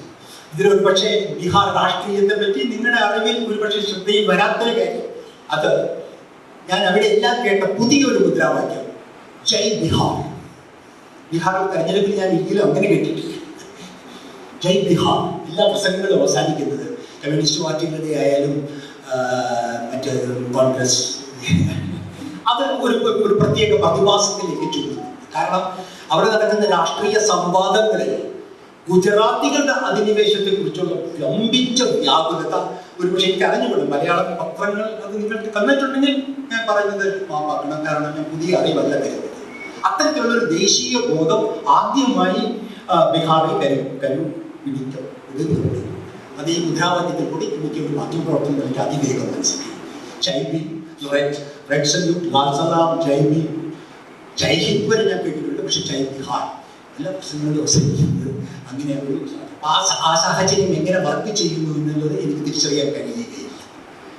ആഴത്തിലുള്ള ഗുജറാത്തി വിരോധം, ആ ഗുജറാത്തി വിരോധത്തിന്റെ ഒരു അളവ് എങ്ങനെയാണെന്ന് പറഞ്ഞാൽ അതിനൊരു കാരണം പെട്ടെന്ന് പറയുകയാണ്. ഒരു കാര്യം പറയുകയാണ്, ബീഹാർ വ്യവസായങ്ങളില്ലാത്ത കൃഷി ജന്മിത്വത്തിൽ തന്നെ നിലനിൽക്കുന്ന പാട്ടവ്യവസ്ഥ നിലനിൽക്കുന്ന ഒരു സമൂഹമാണ്. മാറ്റത്തിന് ശേഷം 25 കൊല്ലത്തിന് ശേഷം രാജേന്ദ്ര പ്രസാദും ലല്ലു പ്രസാദും താക്കൂറും നമ്മുടെ കമ്മ്യൂണിസ്റ്റ് പ്രസ്ഥാനത്തിൻ്റെ ഷഹജാനന്ദും ഒക്കെ കഴിഞ്ഞ ശേഷം ഇപ്പോഴും കൃഷിഭൂമി ജന്മികളുടെയും സവർണരുടെയും കയ്യിലും അസവർണരുടെയും മധ്യ ജാതികളുടെയും ലല്ലു യാദവിൻ്റെ യാദവ്, മറ്റേ ഇയാളുടെ കുർമി തുടങ്ങിയവരുടെ കയ്യിലും ഭൂമിഹാർ, ബ്രാഹ്മണ, കായസ്ഥ, സവർണ ആളുകളുടെ കയ്യിലും ഇരിക്കുന്ന ഒരു സമൂഹമാണ് എന്ന് മനസ്സിലാക്കാനും എളുപ്പമുണ്ട്. അത് ഭൂമി അങ്ങനെ വ്യവസായങ്ങളില്ല. ഇത് അരിയും ഗോതമ്പും ഒന്ന് കൃത്യമായി ഒരു മില്ലിൽ അടിച്ച് വിറ്റ് അങ്ങനെ ഒരു വ്യവസായവും അത്തരത്തിലുള്ള ഒരു മുതലാളിത്ത വ്യവസ്ഥയുടെ സൗഭാഗ്യമില്ലാത്തൊരു സമൂഹമാണ് ബീഹാർ. അത് കേരളത്തിൽ ഇരുന്നു കൊണ്ട് നമ്മുടെ ചാരികസേനയിൽ ഇരുന്നു കൊണ്ട് നമ്മുടെ കേരളാന്തരീക്ഷത്തിൻ്റെയും കേരള മോഡലിൻ്റെയും എല്ലാത്തിൻ്റെയും കൂടിയുള്ള നമ്മൾ കൊണ്ടു നടക്കുമ്പോൾ ഇത് തിരിച്ചറിയാനൊരു ബാധ്യത പക്ഷെ നഷ്ടപ്പെട്ടു. വീണ്ടും ഞാൻ ആവർത്തിക്കുന്നത് പുതിയ അറിവല്ലെങ്കിൽ ശ്രമിക്കുക. 2, വ്യവസായമില്ലാത്ത മരുഭൂമി, കൃഷി ജന്മിത്വത്തിൻ്റെ വേറൊരു രൂപത്തിൽ വളരെ പ്രധാനം. അത് ഉണ്ടാക്കുന്ന സർക്കാർ സംവിധാനമാണ് ബീഹാറിന്റെ ജീവിതം. എല്ലാ സർക്കാർ ഒരു കാര്യം കൂടി അതിന്റെ ഭാഗമായിട്ടുണ്ട്. ഈ സർക്കാർ സംവിധാനം എന്ന് പറയുമ്പോൾ വ്യവസായിയുടെ അഴിമതിയല്ല, അംബാനിയുടെയും അദാനിയുടെയും അഴിമതിയല്ല, മന്ത്രിയുടെയും കോൺട്രാക്ടറുടെയും ഗവൺമെന്റ് സെക്രട്ടറിയുടെയും അഴിമതിയുടെ ഒരു വലിയ കൂട്ടമാണ്. ഈ അഴിമതിയുടെ കാരണം അതിൻ്റെ രാഷ്ട്രീയ എലീറ്റ് എന്നോ വരേണ്യവർഗം എന്ന് പറയാവുന്ന ഈ ലാലു യാദവായാലും JDU ആയാലും മറ്റൊരായാലും ഞാൻ ഇടതുപക്ഷ രാഷ്ട്രീയത്തിലേക്ക് അല്പം പറയുന്ന സമയം തരികയാണെങ്കിൽ പറയാം. ഇതിനകത്ത് മന്ത്രി, ഉദ്യോഗസ്ഥ വൃന്ദം, കോൺട്രാക്ടർമാർ, ഇത് മാത്രം കേരളത്തിൽ പോലും സങ്കല്പിക്കാൻ നമുക്ക് കാര്യത്തിൽ സങ്കല്പിക്കാൻ കഴിയുകയില്ല. സർക്കാരിന്റെ ഭരണയന്ത്രത്തിന്റെ സർവവ്യാപിയായ സ്വാധീനത്തിലാണ് ബീഹാർ പോയിക്കൊണ്ടിരിക്കുന്നത്. അങ്ങനെ പോയിക്കൊണ്ടിരിക്കുമ്പോൾ ഉണ്ടാകുന്ന അഴിമതിയുടെ സ്വഭാവം നിങ്ങൾക്കറിയാം. അത് ഏറ്റവും ഒടുവിൽ വന്ന് നിൽക്കുന്നത് നിങ്ങൾ പറയുന്ന ബാഹുബലി ഗുണ്ട മാഫിയ രാജ്യമാണ്. ഒറ്റ ഉദാഹരണം ഞാൻ പറഞ്ഞു നിങ്ങൾ മനസ്സിലാവും. എന്നെ ഗാന്ധി മ്യൂസിയത്തിലേക്ക്, പാറ്റ്ന മ്യൂസിയത്തിലേക്ക് കൊണ്ടുപോയ സൈക്കിൾ റിക്ഷക്കാരൻ്റെ പേര് രാംബേൽ എന്ന് ചോദിച്ചപ്പോൾ അതിൻ്റെ അത് എങ്ങനെയാണ് നമ്മുടെ അവകാശ ബോധം എന്നറിയാനായിട്ട് അങ്ങനെ പറഞ്ഞ മറുപടി എന്ത് തരണം എന്ന് ചോദിച്ചു. ഞാൻ ഒരു 1 കിലോമീറ്റർ കൊണ്ടുണ്ടാവുന്നത് ബാബുജി, എന്താണ് നിങ്ങൾക്ക് തരാൻ താല്പര്യമുള്ളത്? ഇത് നമ്മൾ കേട്ട് പരിചയമില്ലാത്ത ഒരു ദാരിദ്ര്യത്തിൻ്റെ കഥയാണ്, എക്സ്ട്രീം പോവർട്ടി. അതിൻ്റെ ഒരു ഐറണി, ഈ എക്സ്ട്രീം പോവർട്ടിയെ പറ്റി ഒരു ചർച്ച നടക്കുമ്പോൾ ഞാൻ എക്സ്ട്രീം പോവർട്ടി എന്നുള്ളതിനെ കുറിച്ച് ആരും പ്രത്യേകം ഗണിക്കേണ്ടാത്ത ഒരു ചേരി പ്രദേശത്ത് നിങ്ങൾ പണിയെടുത്തുകൊണ്ടിരിക്കുകയാണ്. ഇതാണ് പറയുന്നത്, എന്ത് ഇഷ്ടമുള്ളത് തരും. 1 കിലോമീറ്റർ നിങ്ങൾ ചവിട്ടിക്കോ കൊണ്ടുപോയതിന് ശേഷം പിന്നീട് മാധ്യമം കൗതുകത്തിൽ അയാൾ ദളിതനാണ്, 40 വർഷം ഭാര്യ മരിച്ചു, 2 കുട്ടികൾ എവിടെയാണെന്ന് അറിയില്ല, കിടപ്പും ഉറക്കവും ആ റിക്ഷയിലാണ്. ആ റിക്ഷ അയാളുടേതല്ല,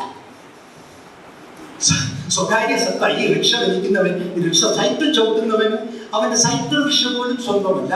അത് നഗരത്തിലെ ഒരു മാഫിയയ്ക്ക് ദിവസവും കൊടുക്കേണ്ട രൂപ കൊടുത്തുകൊണ്ട് അയാൾ അയാൾ മലമൂത്ര വിസർജനം ചെയ്യാൻ പുറത്തു പോകണം. ഇതാണ് എൻ്റെ യാഥാർത്ഥ്യം. ഈ യാഥാർത്ഥ്യം ഞാൻ പറയാൻ കാരണം ഞാൻ പോയ പ്രദേശങ്ങളിലെല്ലാം ഒരു മനുഷ്യൻ ചെയ്യേണ്ട എല്ലാ കൃത്യങ്ങളും ആ പൊതുസ്ഥലത്ത് ചെയ്തുകൊണ്ടിരിക്കുന്നതാണ് ഞാൻ കണ്ടത്. എൻ്റെ നിരവധി ഫോട്ടോകളുണ്ട്. പക്ഷേ എൻ്റെ മാനുഷിക വശവും അല്ലെങ്കിൽ എൻ്റെ മാന്യതയും കൊണ്ട് ഞാൻ ഒരിക്കലും ഫേസ്ബുക്കിലോ ട്വിറ്ററിലോ അല്ലെങ്കിൽ എവിടെയും കൊടുക്കുകയുമില്ല. കാരണം മുഖം പോലും ഞാൻ കൊടുക്കില്ല കൃഷ്ണക്കാരൻ. അത് എൻ്റെ മാനവികതയെ തന്നെ തകർക്കുന്നതാണ്. അയാളുടെ ദയനീയമായ മുഖം എന്തിനെങ്കിലും വേണ്ടി ഉപയോഗിക്കുക എന്നുള്ളത് എനിക്ക് സാധ്യമല്ല. 75 വയസ്സ് എൻ്റെ അവശിഷ്ട മനസാക്ഷിയുമാണ്.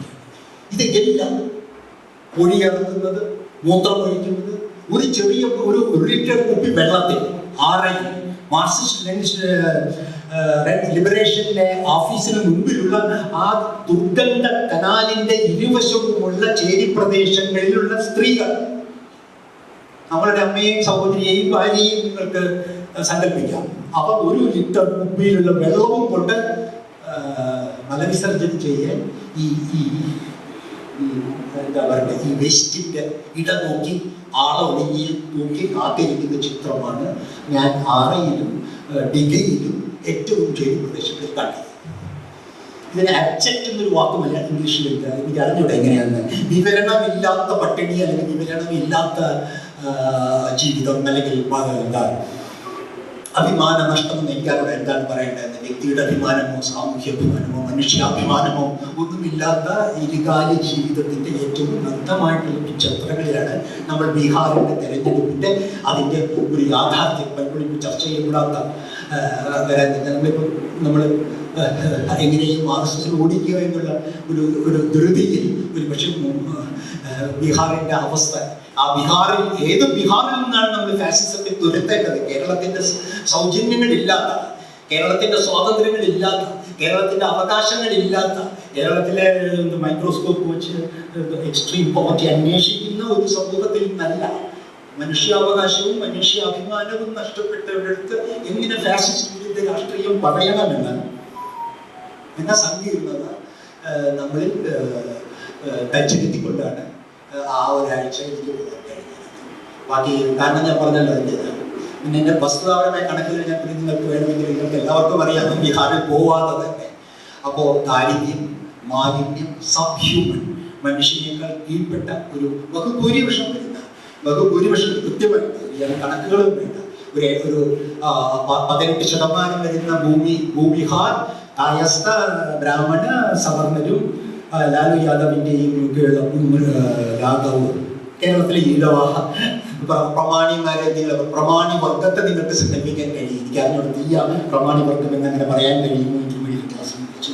പക്ഷെ ഞാൻ മനസ്സിലാക്കിയത് അങ്ങനെ നടന്ന ലാൻഡ് റിഫോംസിൻ്റെയൊക്കെ പല ഗുണഭോക്താക്കളായ ഈ മധ്യജാതി ആളുകൾ, അവരിൽ എല്ലാവരും കൂട്ടി കണക്കാക്കിയാൽ എൻ്റെ കണക്കിൽ 70-30% പേർക്ക് മനുഷ്യത്വം, മനുഷ്യനായി ജീവിക്കാൻ കഴിയുന്ന അവസ്ഥയാണ്. അഴിമതിയുടെ കാര്യം ഞാൻ പറഞ്ഞു, ജീവിതത്തിൻ്റെ സാഹചര്യം പറഞ്ഞു. ഇവിടെ ഫാസിസ്റ്റ് വിരുദ്ധ രാഷ്ട്രീയം ഇങ്ങനെ ഇവിടുത്തെ കേരളത്തിൽ ഞാൻ എഴുതിക്കൊണ്ടിരിക്കുകയും ഞാൻ പ്രസംഗിച്ചുകൊണ്ടിരിക്കുകയും ചെയ്യിക്കുന്ന രീതിയിൽ ആ രീതിശാസ്ത്രം തന്നെ വെല്ലുവിളിക്കപ്പെടുന്ന ഒരു മൂർത്ത സാഹചര്യമാണ് ബീഹാർ. അതുകൊണ്ട് തന്നെ ഞാൻ ആദ്യം പറഞ്ഞ പോലെ അത് ജീവൻ മരണ പ്രശ്നമാണ്.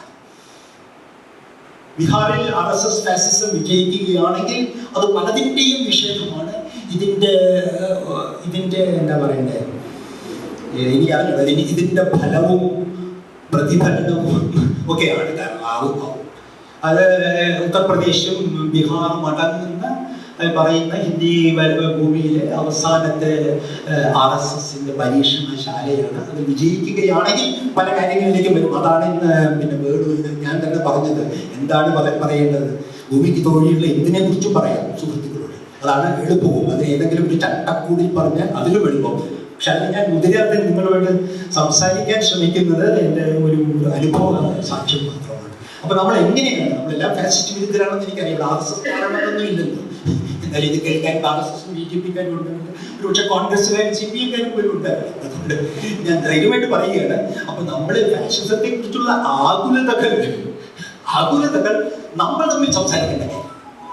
എൻ്റെ ഒരു അനുഭവത്തിൽ ബീഹാറിൽ പോകുന്നതിന് മുമ്പ് തന്നെ എൻ്റെ ചോദ്യങ്ങളെല്ലാം RSSനോടോ BJPയോടോ അല്ല, അവരെ എതിർക്കുന്ന ജനാധിപത്യ മതനിരപേക്ഷ ഇടതുപക്ഷം എന്ന് പറയുന്ന പ്രതിപക്ഷത്തോടാണ്. നിങ്ങൾ അങ്ങനെ തന്നെ ആവണമെന്നാണ് എൻ്റെ ഈ RSSന്റെയും BJPയുടെയും ചരിത്രവും അതിൻ്റെ കുതന്ത്രങ്ങളും അതിൻ്റെ ഇടപാടുകളും അതിൻ്റെ പദ്ധതിയും ദീർഘകാല പദ്ധതിയും ഇടക്കാല പദ്ധതിയും പറ്റി മലയാളി ബുദ്ധിജീവികൾക്ക് പറഞ്ഞ് തീരേണ്ട വർഷം 10 കഴിഞ്ഞു. ബാബറി മസ്ജിദ് പൊളിച്ചതിന് ശേഷം വർഷം 25 എത്രയായി? അത് തന്നെ പറഞ്ഞുകൊണ്ടിരിക്കേണ്ട സമയമേ അല്ല. അതുകൊണ്ട് എൻ്റെ ചോദ്യങ്ങൾ, ബാക്കിയുള്ള ചോദ്യങ്ങളെല്ലാം കോൺഗ്രസിലെ രാഹുൽ ഗാന്ധിയോടും CPMലെ MABയോടും ലാലു യാദവിനോടും ഒക്കെ തന്നെയാണ് തൽക്കാലികമായിട്ട്. എത്ര കാലം അവരോടും ചോദിച്ച് നിരാശനാവേണ്ടി വരും എന്നുള്ളത് എൻ്റെ പ്രായത്തിൻ്റെ കണക്കിൽ ഞാൻ ഭാഗ്യവാനാണ്. കാരണം അധികം ചോദിച്ച് 75 വയസ്സായ ഒരാൾക്ക് അധികം ചോദിക്കേണ്ടി വരികയില്ല. ഇതിന് ഉത്തരവാദി നിങ്ങൾ ഇതിനെ ചെറുക്കൂ എന്ന് പറയാൻ ഉണ്ടാവില്ല. പക്ഷേ നമ്മൾ ചെറുക്കേണ്ടിയിരിക്കുന്നു. അതിനെ ചെറുക്കിരിക്കുന്നതിൻ്റെ ഒരു മുഖം തിരഞ്ഞെടുപ്പ് തന്നെയാണ്.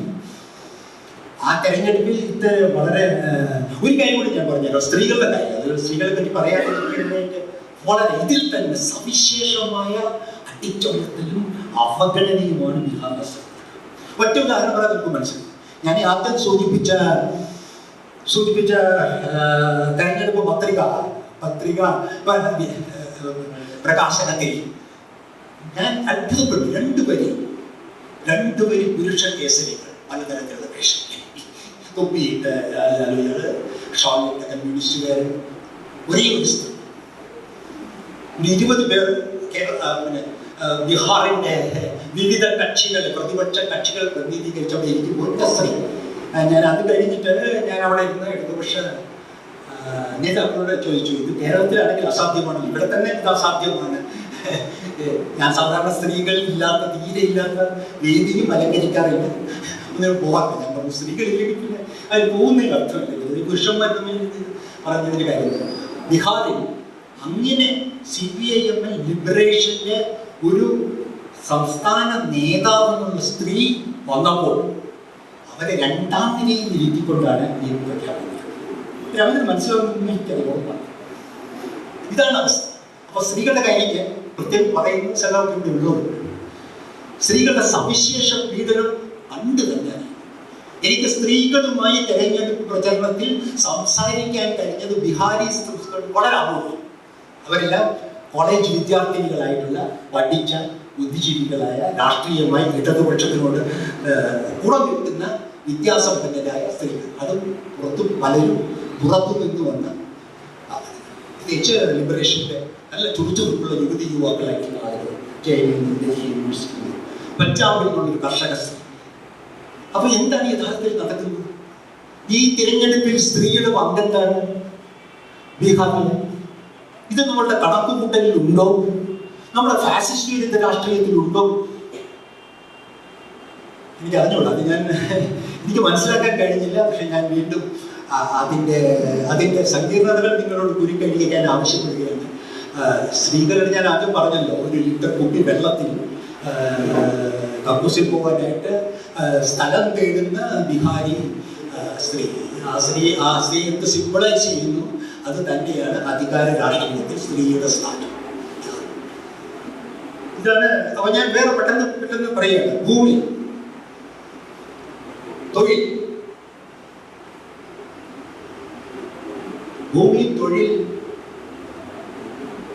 അതെ, ഭൂമി തൊഴിൽ തന്നെ പറയാം. ഈ തൊഴിൽ എന്ന് പറയുന്നത് ഒരു വ്യഥയാണ്. ഓരോ അമ്മയുടെയും ഓരോ രക്ഷിതാവിൻ്റെയും ബീഹാറിലെ അങ്കലാവ് കുട്ടിയുടെ ഭാവിയാണ്. വിദ്യാഭ്യാസ ശോചനീയം. ഒരു കാര്യം ഞാൻ പറഞ്ഞുതരാം. നമ്മുടെ ഫാസിസത്തെ കുറിച്ചാണ് ഞാൻ കേട്ടുകൊള്ളുന്ന സ്കൂളിലെ കുട്ടികളുടെ ഒരു പ്രഭാത ഗീതം. ജനഗണമനയോ വന്ദേമാതരം പോലുമല്ല, ഒരു ഋഗ്വേദത്തിലെ എനിക്ക് അറിഞ്ഞുള്ള ഗായത്രി മന്ത്രം. ഞാൻ ഈ പറഞ്ഞ സാമൂഹ്യ സാഹചര്യങ്ങളിൽ നിന്ന് വരുന്ന കുട്ടികളെ ഒരു ടീച്ചർ രാവിലെ ചൊല്ലിപ്പിക്കുന്നത് ഈ ഗായത്രി മന്ത്രമോ വേദമോ ഏതോ അവർക്ക് തന്നെ മനസ്സിലാക്കാൻ കഴിയാതെ. താങ്കൾക്ക് താല്പര്യമില്ലെങ്കിൽ താല്പര്യമില്ലെങ്കിൽ അപ്പോൾ ഇതിന്റെ അർത്ഥം അതാണ്. അതിന്റെ ആ വശത്തേക്ക് ഞാൻ പോകുന്നില്ല. എത്രത്തോളം ഞാൻ പറഞ്ഞില്ല, എത്രത്തോളം ഹിന്ദുവൽക്കരിക്കുന്നതിനെ കുറിച്ച് പറയേണ്ട കാര്യമില്ല. ഒരു കാരണം പറയാൻ, അവിചാരിതമായ ഒരു BJP വോട്ടറെ കണ്ടു, ചോലയപ്പെട്ടവരെ കഴിച്ചോണ്ടിരിക്കുന്നു. അപ്പൊ ആര് ജയിക്കും ചോദിച്ചു. ഞാൻ പ്രചരണത്തിന് വന്നതല്ല. അയാൾ പറഞ്ഞു ഇത്തവണ മോഡിയും ജയിക്കും. അതിന്റെ കാരണം എന്താണെന്ന് ചോദിച്ചു. അയാൾ പറഞ്ഞത് കൃത്യമായിട്ട് കേരളത്തിൽ നിങ്ങൾക്ക് കൃത്യമായി മനസ്സിലാക്കാം. റെയിൽവേ സ്റ്റേഷനിൽ ആളുകളെ ബുദ്ധിമുട്ടിക്കുന്ന സൈക്കിൾ റിക്ഷക്കാരെയും ഓട്ടോറിക്ഷക്കാരെയും മോഡി കഴിഞ്ഞ 6 മാസം കൊണ്ട് അവരെ അവിടെ നിന്ന് ഒഴിപ്പിച്ചു. ഇതാണ് BJPക്ക് വോട്ട് ചെയ്യാനുള്ള ഒരു വലതുപക്ഷ യുവാവിൻ്റെ അത്രത്തോളം പാവപ്പെട്ടവരെയും ദളിതരെയും മനസ്സിൽ സ്ഥാനമില്ലാത്ത ഒരു വലതുപക്ഷ വർഗീയ ശക്തിയാണ്, ഹിന്ദുത്വ ഫെക്സിയാണ് ഉരുത്തിരിഞ്ഞുകൊണ്ടിരിക്കുന്നത്. അവർക്ക് വോട്ട് ചെയ്യാൻ നിൽക്കുന്നത്. പിന്നെ ജാതി കണക്കുകൾ നിങ്ങൾ പറയുന്ന പോലെയൊക്കെ വീണ്ടും പറയാൻ എനിക്ക് താല്പര്യമില്ല, അതുകൊണ്ട് ഞാൻ പറയും. പിന്നെ ഇത് ഈ പറയുന്ന പോലെ എന്തുകൊണ്ടാണ് തൊഴിൽ അമ്മയുടെ വ്യത? നമ്മുടെ കുട്ടികളെ പോലെ 10ാം ക്ലാസ് പഠിച്ചു, അത് കഴിഞ്ഞ് ബാച്ച് പഠിച്ചു, സ്കൂളിൽ അങ്ങനെയൊന്നുമല്ല. കുട്ടിക്ക് ബിഹാറിൽ നിൽക്കണമോ ഇല്ലയോ എന്ന എക്സിസ്റ്റൻസ്, എന്താ പറയാ, എനിക്ക് അസ്തിത്വപരമായ നമ്മുടെ സത്രയുണ്ടമോ എന്നൊക്കെ വ്യതയല്ല, ജീവിക്കുന്ന ഒരു അമ്മയുടെ അച്ഛൻ്റെയും വ്യത. അത് 2 മാർഗമേ ഉള്ളൂ. ഒന്ന്, ഈ ഭരണകൂടത്തിലും ഭരണത്തിലും വിശ്വസിച്ചുകൊണ്ട് നിരവധി മത്സര പരീക്ഷകൾ എഴുതുക. മത്സര പരീക്ഷകൾ PSC പോലെയല്ല. അവിടെ PSC മാത്രമേ ഉള്ളൂ ജോലിക്ക്. വേറെ യൂസഫ് അലിയുടെ അടുത്ത് പോയിട്ടോ ഏതെങ്കിലും ജ്വല്ലറി ഷോപ്പിലോ മകളെ ഏൽപ്പിച്ച് ജീവിതം കഴിക്കാൻ പറ്റുകയില്ല. കാരണം അങ്ങനത്തെ വലിയ ഒരു വ്യവസായവൽക്കരണമല്ല. സർക്കാർ ജോലി തന്നെയാണ് അഭിവാഞ്യയും ആഗ്രഹം. അങ്ങനെയുള്ളൊരു സാമൂഹിക സാഹചര്യത്തിൽ കുട്ടിയെ എങ്ങനെയെങ്കിലും റെയിൽവേയിൽ, എങ്ങനെയെങ്കിലും സർക്കാരിലേക്ക് ഒരു അറ്റൻഡറായി, പ്യൂണായി, ക്ലർക്കായി കയറ്റാനെന്നുള്ളതാണ് ഏത് ജാതിയിൽപ്പെട്ട ദരിദ്രരായ സാധാരണ ജനങ്ങളുടെ ജീവിതത്തിലെ മുഖ്യ വെല്ലുവിളി. അത് നമ്മൾ കാണുന്ന പോലെ അധികം പേരും ബീഹാർ വിടുകയാണ്. 10ാം ക്ലാസ് 12 വയസ്സ് അല്ലെങ്കിൽ പട്ടാളത്തിൽ ചേരുക. അതുകൊണ്ടാണ് നമ്മൾ ഈ പറയുന്ന പോലെ ചോദ്യപേപ്പർ ചോർച്ച ഇത്ര അസ്തിത്വപരമായ ഒരു പ്രശ്നം, സാമൂഹ്യ പ്രശ്നമായി ബീഹാറിൽ മതനിരപേക്ഷ പാർട്ടികൾ ഏറ്റുപറയുന്നത്. അത് എനിക്കത് നിങ്ങളോട് പറയാൻ കഴിഞ്ഞ സന്തോഷമുണ്ട്. ഇല്ലെങ്കിൽ നിങ്ങൾ തെറ്റിദ്ധരിക്കുക. എന്താണ് ഒരു സാമൂഹ്യ ജീവിതത്തിന്റെ ഹൃദയം എന്താണ്? അതായത് പലതും ഉണ്ടാവും. അടിസ്ഥാന വ്യഥ എന്താണെന്ന് ചോദിച്ചാൽ എനിക്ക് ഇതേ അമ്മയുടെ വ്യഥ. കുട്ടിയെ പുറത്തയക്കണമെന്നോ ഇവിടെ പട്ടിണി കിടന്ന് എന്തെങ്കിലും ജോലിയോ മാഫിയയുടെ പണം കൊടുത്ത് എന്തെങ്കിലും തൊഴിലോ ചെയ്യാൻ പറ്റും. എനിക്ക് തോന്നുന്നതാണ് എൻ്റെ സാമൂഹിക യാഥാർത്ഥ്യം. അതിനപ്പുറമുള്ള രാഷ്ട്രീയ വിമർശനങ്ങളുണ്ട്. നിങ്ങൾക്ക് പത്രങ്ങളിൽ നിന്നും കോളമുകളിൽ നിന്നും വായിക്കാം. കണക്കുകളും നിങ്ങൾക്ക് ഈ RSS ഗവൺമെന്റിന്റെ കീഴിലും ലഭ്യമാണ് ഇതിന് വരച്ചിട്ട് തരാനായിട്ട്. ഒരു കാര്യം കൂടി ഞാൻ പറഞ്ഞുതരാം. അതുപോലെ തന്നെ ഈ സ്ത്രീകളെയാണ് JDU, അതായത് നിതീഷും RSSും ചാക്കിലാക്കിയിരിക്കുന്നത്. ഇത്തരത്തിലുള്ള ഒരു സ്ത്രീകളുടെ അടുത്താണ് 10,000 രൂപയുടെ വാഗ്ദാനവുമായി RSS. അതിനു മുൻപ് തന്നെ ഇതിനെ മനസ്സിലാക്കിക്കൊണ്ട് ജാതിയെ മറികടക്കുന്നതിന് നമ്മുടെ ഇടതുപക്ഷവും മതനിരപേക്ഷവാദികളും നമ്മൾക്ക് ഇപ്പോഴും വഴി അറിയാതെ നിൽക്കുമ്പോൾ RSSും JDUം ജീവിക പത്രങ്ങൾ എഴുതിയിട്ടുണ്ടോ എന്ന് എനിക്കറിയില്ല. ജീവിക എന്നൊരു സംഘടന കുടുംബശ്രീക്ക് തത്തുല്യമായി അവിടുത്തെ 80% സ്ത്രീകളെയും അംഗമാക്കിക്കൊണ്ടുള്ള ഒരു ശൃംഖല RSS, BJP, JDU കഴിഞ്ഞ 10 വർഷമായി അവിടെയുണ്ട്. അതിൽ കൂടിയാണ് ഈ 10,000 രൂപ വീടുകളിൽ എത്തിക്കുന്നത്. ഇതോടുകൂടി സാമൂഹ്യ ചിത്രം ഇതിൽ കൂടുതൽ എനിക്ക് പറയാൻ കഴിയുകയില്ല. ഇതിനെ മറികടക്കാൻ ഒരു ശ്രമമാണ് നടക്കുന്നത്. ഒരു കാര്യം കൂടി പെട്ടെന്ന് പറഞ്ഞുകൊണ്ട് ഞാൻ അവസാനിപ്പിക്കുന്നു. എൻ്റെ ചർച്ചകൾ ഭൂമിയുടെ പ്രശ്നം കൈകാര്യം ചെയ്യാനായിട്ട് ഒരു കാര്യം കൂടി പറയേണ്ടത്, ഇടതുപക്ഷത്തിന് ഉള്ളതിലധികം സ്വാധീന ശക്തിയുള്ളതാണ് മഹാഗഠബന്ധൻ. കാരണം CPIM ലിബറേഷൻ്റെ കോർ ഏരിയകൾ, ആ വോട്ടുകൾ ദലിത് വോട്ടുകളും സാധാരണ തൊഴിലാളികളുടെ വോട്ടുകളും അത് കൺസോളിഡേറ്റഡ് ആയിട്ട് 3 ഭാഗങ്ങളായി നിൽക്കുന്നുണ്ട്.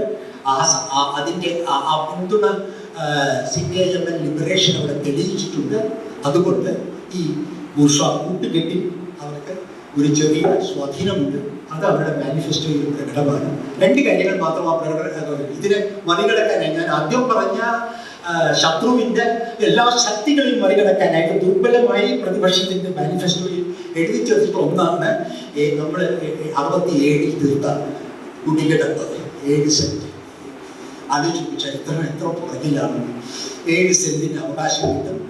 ഒരു കുടുംബത്തിൽ നിന്ന് ഒരാൾക്ക് ഒരു ജോലി കൊടുക്കും. ഇതാണ് തേജസ്വിയുടെയും CPI CPF ലിബറേഷനും ഒക്കെയുള്ള എല്ലാത്തരം നിറമുള്ള CPM കമ്മ്യൂണിസ്റ്റ് പാർലമെന്ററി എല്ലാവരുടെയും കൂടിയുള്ള ഈ കോൺഗ്രസുമായിട്ടുള്ള മുന്നണി കേരളത്തിൽ ഇനിയും സങ്കല്പിക്കാൻ കഴിയാത്ത ഒരു ഫാസിസ്റ്റ് വിരുദ്ധ മുന്നണിയുടെ പുരോഗമനപരമായ ഒരു ഉന്മുഖത ഞാൻ അതിലാണ് കണ്ടത്. അതിന് ഈ തൊഴിലും ഈ ഭൂമിയുടെയും കാര്യം അവരെങ്ങനെ കൈകാര്യം ചെയ്യുന്നുവെന്ന് നിങ്ങൾക്ക് മനസ്സിലാവും. ഒരു കാര്യം കൂടി ഞാൻ ലാസ്റ്റ് അവസാനിക്കാൻ ശരിയല്ല. അത് മുസ്ലിം രാഷ്ട്രീയത്തെ കുറിച്ചാണ്. മുസ്ലിം രാഷ്ട്രീയത്തെ കുറിച്ചാണ് ഞാൻ സഖാവുടെ വലിയ ചർച്ചയായിരുന്നു. ഇങ്ങനെ മുസ്ലിങ്ങളെ തുല്യ അളവിൽ അവരുടെ കുടുംബ നിയമത്തെയും അല്ലെങ്കിൽ അവരുടെ ദുരാചാരങ്ങളെയും RSSനോടൊപ്പം നമ്മളെങ്ങനെ വിമർശിക്കണമെന്നും അതില്ലാത്തതിൻ്റെ ഭാഗമായി നാം യുദ്ധം തോൽക്കുന്നതിൻ്റെ സഖാവുകളെ സൂചിപ്പിച്ചു. അതൊരു സത്യമാണ്. അത് പക്ഷെ ഒരു കാര്യം പറഞ്ഞാലും ഞാൻ മനസ്സിലാക്കിയാലും 18% മുസ്ലിം. അവർ തീർച്ചയായിട്ടും വലിയ ഭാഗം 90% അവർ മഹാഗഠബന്ധന് വോട്ട് ചെയ്യുന്നതാണ്. അവിടെയുള്ള മഹാഗഠബന്ധന്റെ തന്നെയുള്ള നേതാക്കളുടെ ആ 10% നമ്മൾ വെള്ളാപ്പള്ളിയെ പറ്റിയുള്ള നമ്മളുടെ ആശങ്കകൾ നിങ്ങൾക്ക് തിരിച്ചറിയാമല്ലോ. വെള്ളാപ്പള്ളി പ്രതിനിധാനം ചെയ്യുന്ന ഈ മധ്യവർഗ ജാതി സമൂഹത്തിന്റെ തലവനെ എത്ര വോട്ടുകൾ അവരുടെ സമൂഹത്തിൽ നിന്ന് കൊണ്ടുപോകാൻ കഴിയുമോ എന്നുള്ള രാഷ്ട്രീയ ആശങ്കയുള്ള കേരളത്തിൽ മുസ്ലിം വോട്ടിൽ 10% നിങ്ങൾ RSSൽ പോകാൻ തയ്യാറായി. അത് വീണ്ടും മുസ്ലിങ്ങളുടെ ഇടയ്ക്കുള്ള ജാതി വിവേചനം അത് കേരളത്തിലെ മാധ്യമങ്ങൾ ചർച്ച ചെയ്യാത്തത് കേരളത്തിൽ ഒരു പക്ഷേ ഇനിയും മുസ്ലിം സമൂഹത്തിൽ വേണ്ട വിധം ഉരുത്തിരിഞ്ഞ് വരാത്ത ജാതി വ്യവസ്ഥയുടെ ഉണ്ട്. കേരളത്തിലും ഞാൻ മലബാറിൽ പ്രവർത്തിച്ചതുകൊണ്ട് എനിക്ക് അതിൻ്റെ സൂചനകൾ അറിയാം. പക്ഷേ അവരുടെ എല്ലാ ദുരാചാരങ്ങളിലും കൂടെ ജാതിക്ക് ചോദിച്ചുകൊണ്ടിരിക്കുന്നു. ഷെയ്ഖ് പത്ത എന്ന് പറയുന്നവർ 10% വരുന്ന ബിഹാരി മുസ്ലിംസ് RSS BJPക്ക് വനിയകളിലൊപ്പം വോട്ട് ചെയ്യാനുള്ള സാധ്യതയും മുസ്ലിം ഏരിയകളിൽ പോയി പ്രവർത്തിച്ചപ്പോഴും അതിൻ്റെ പ്രവർത്തകരുമായിട്ടുള്ള കോൺഗ്രസ് CPM CPI തെറ്റിദ്ധാരണ വ്യാമോഹം എന്നാണ് കേരളത്തിൽ അതുണ്ടോ ഇല്ലയോ എന്നതിന് വരാനിരിക്കുന്നേ ഉള്ളൂ. ഫാസിസത്തിൻ്റെ മുഖ്യ സാമൂഹ്യ വിധേയായ ജാതിഭേദമില്ലാത്ത സാമ്പത്തിക വിവേചനമില്ലാത്ത മുസ്ലിം സമൂഹത്തിനകത്ത് അങ്ങനെയാണ് പറയരുത്, ഒരു വിട്ടുവെച്ച് പഴുതടച്ച് ഞാൻ പറയുന്നത്. അതിൻ്റെ മുഖ്യ ഇല CPMനോ അല്ല, അല്ലെങ്കിൽ തൊഴിലാളി വർഗമല്ല. അതിൻ്റെ മുഖ്യ ഇല അതിന് ഫാസിസം ആക്കുന്നത് മുസ്ലിങ്ങളോട് ഇതേന്നുള്ള ആ പ്രഖ്യാപനം തന്നെയാണ്. അല്ലെങ്കിൽ ഇതേത് മുതലാളിത്ത ഭരണകൂടവും പോലെ തന്നെ ഇതിന് ഫാസിസം ഒരു അർത്ഥത്തിൽ പോലും വിളിക്കേണ്ടി വരികയില്ല. ആ ഇനകളുടെ സമൂഹത്തിൽ പോലും ഈ ഫാസിസ്റ്റ് രാഷ്ട്രീയത്തിന് തന്ത്രപരമായ വിജയങ്ങൾ നേടാൻ കഴിഞ്ഞു നമ്മുടെ ജാതി വ്യവസ്ഥയിൽ. അല്ലെങ്കിൽ ഷിയ സുന്നി മാത്രമേ നമ്മൾക്ക് അതിനെക്കുറിച്ച് ആകാംക്ഷ ഉണ്ടായിരുന്നു. അല്ലെങ്കിൽ ഗൾഫ് രാജകുമാരന്മാരും പണക്കാരും സാധാരണ അറബികളും എന്നൊക്കെ വൈരുദ്ധ്യങ്ങളെ കാണേണ്ടി വരുന്നു. പക്ഷെ അതും ബീഹാറിൽ സംഭവിക്കുകയാണ്. അപ്പോൾ ഇത്തരത്തിലുള്ള കുറച്ച് ടോക്കിംഗ് പോയിന്റ്സ് എനിക്ക് ഇതുകൊണ്ടൊന്നും പറയാൻ പറ്റില്ല. വളരെ ശിഥിലമായിട്ടായിരുന്നു കൃത്യമായി ഞാൻ എന്താ പറയാ വാക്ക് ഉപയോഗിക്കുന്ന. പക്ഷേ ഫാസിസത്തിന്റെ കാലഘട്ടമായിരുന്നു. അതൊക്കെ 5ാം പത്തിയുള്ള എല്ലാ തീവ്രവാദ മുസ്ലിം ടെററിസ്റ്റ് സംഘടനകളെയും പോയി ഈ വളരെ ദുർബലമായ വളരെ ദുർബലവും എത്ര പറയാൻ പറ്റില്ല ഇന്നൊരാൾ വിളിച്ചു. ഞാൻ പറയുന്നില്ല. ഒരു കാര്യം കൂടി ഞാൻ ഇതിലേക്ക് വരുന്നു. ഈ JDU BJP സർക്കാരിനെതിരായി നമുക്ക് കാണാൻ കഴിയാത്ത ഒരു സബ്റ്ററേനിയൻ അടിയൊഴുക്ക്, അടിയൊഴുക്കില്ലെങ്കിൽ വിജയിക്കുക പ്രയാസം. അത് വിജയിക്കണമെങ്കിൽ മറികടക്കേണ്ട കാര്യങ്ങൾ ഞാൻ പറഞ്ഞു. സാമൂഹ്യ വർഗ ഭരണകൂട സംവിധാനങ്ങൾ അതുകൊണ്ട് സംഭവിക്കുകയാണെങ്കിൽ ഇത് ഒമ്പിച്ച യൂറോപ്പിന്റെ രാഷ്ട്രീയത്തിൽ ഇപ്പൊ ന്യൂയോർക്കിലൊക്കെ നമ്മൾ കണ്ടു എന്ന് പറയുന്ന നമ്മൾ അപ്രതീക്ഷിതമായിട്ടുള്ള അപ്പൊ നമുക്ക് തൽക്കാലം ഒരു വിഷാദാത്മകമായ ഫാസിസ്റ്റ് വിരുദ്ധതയെ തെരഞ്ഞെടുപ്പ് വരെ ഞാൻ നിലനിർത്തുന്നുള്ളൂ. പക്ഷെ ആ ശുഭപ്രതീക്ഷ നിലനിർത്തുകയുണ്ട്. കാരണം തോറ്റാലും ബീഹാറിൽ ഇനി മഹാഗഠബന്ധൻ തോറ്റാലും ഫാസിസ്റ്റ് വിരുദ്ധ രാഷ്ട്രീയം വാർദ്ധക്യകാലത്തും തുടരാൻ തന്നെ തീരുമാനിച്ചുകൊണ്ട് അതിനെപ്പറ്റിയുള്ള ഒരു അങ്കലാപ്പില്ലെന്ന് മാത്രം പറഞ്ഞുകൊണ്ട് ഞാൻ ചോദ്യങ്ങൾക്ക്